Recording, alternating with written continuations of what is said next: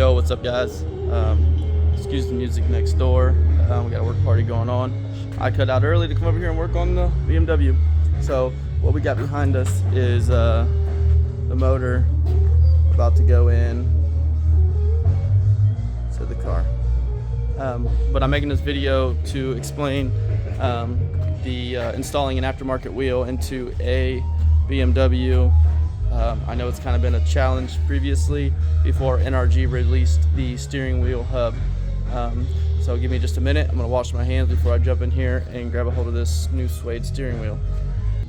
Alright, so this is the part number for the new NRG short hub that allows the use of clock spring. And this is the new wheel. Oh, this light's pretty bright. Let me get you all set up here.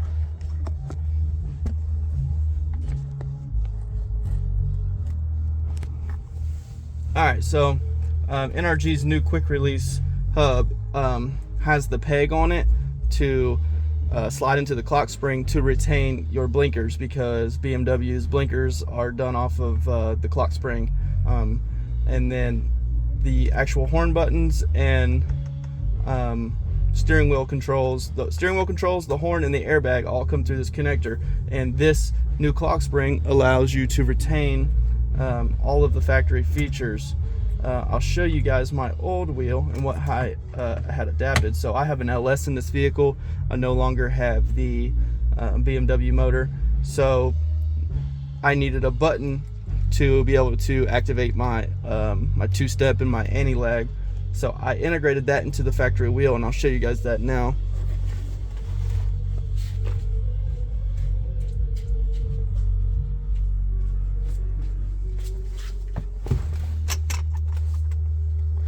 So as you can see, in the old wheel, I had taken this switch off and I changed the circuitry inside of it around to be able to use these buttons as basically a switch. So it would close the circuit to ground, and then I could send that to my Holly computer as a mappable button for my two-step.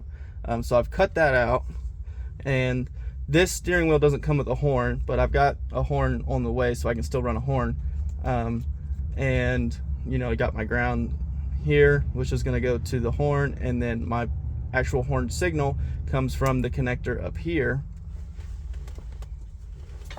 And so I'll be able to basically plug this connector back in, grab my horn signal, and then these two wires, so one goes to ground and then one went to my computer as a mappable button, a signal. What I'm going to do on this steering wheel is I'm going to use the ground that it uses through the steering column, and then I'm going to have a signal here and a signal here, and I'm going to change that based off the plug in the back of the clock spring. And then for the airbags, the NRG comes with two 2 ohm resistors. I'm going to attach those behind the clock spring so it's not all up in the steering wheel. And then that would also give you, I think, another 6 pins that run through the clock spring. If you wanted to add more buttons, you can just cut those wires off, use your signals how you wanted.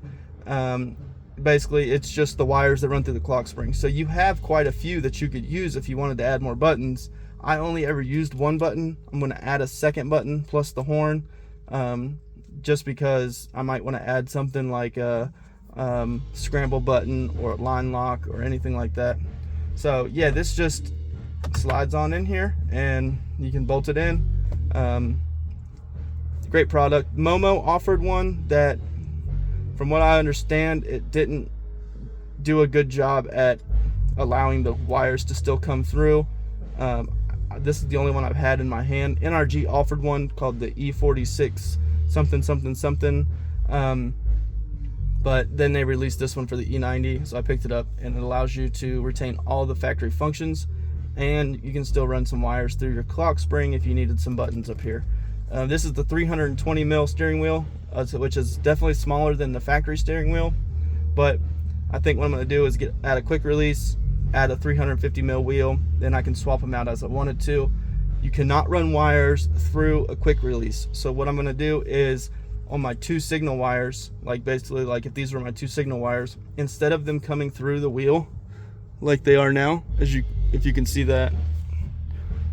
I basically have my grounds going inside the wheel and grounding at the normal location that they're going to ground to now. And then the 2 signals I would have come down into a 2-pin Deutsch connector. And then when you clipped your steering wheel on, let's say I just clipped my wheel on, there would be a connector coming out of the steering wheel, which would be about back here with the quick release. And then coming out of here could be 2 wires. You could, on here, on the actual hub itself, you could just cut a little slit in, have your 2 wires come out, and then you could just plug your Deutsch connector in, and then that would be your signals. And you could keep it really clean, and then you could still retain buttons. They would still spin with the whole steering column. You know, some people run a coiled cord off of the steering wheel, so when you turn, it doesn't get bound up and it allows it to stretch. But if you have a clock spring and you can retain your clock spring, then you can run all of your signals or wires or whatever you're running through there through the clock spring, which does not make a mess. It does not have, you don't have to use coiled wires. So I just wanted to put this video together, let you guys know that this hub does work. It's a really nice piece, keeps it really close to the actual column itself, and we're gonna get it together and give her a shot. So appreciate y'all watching. Catch you next time.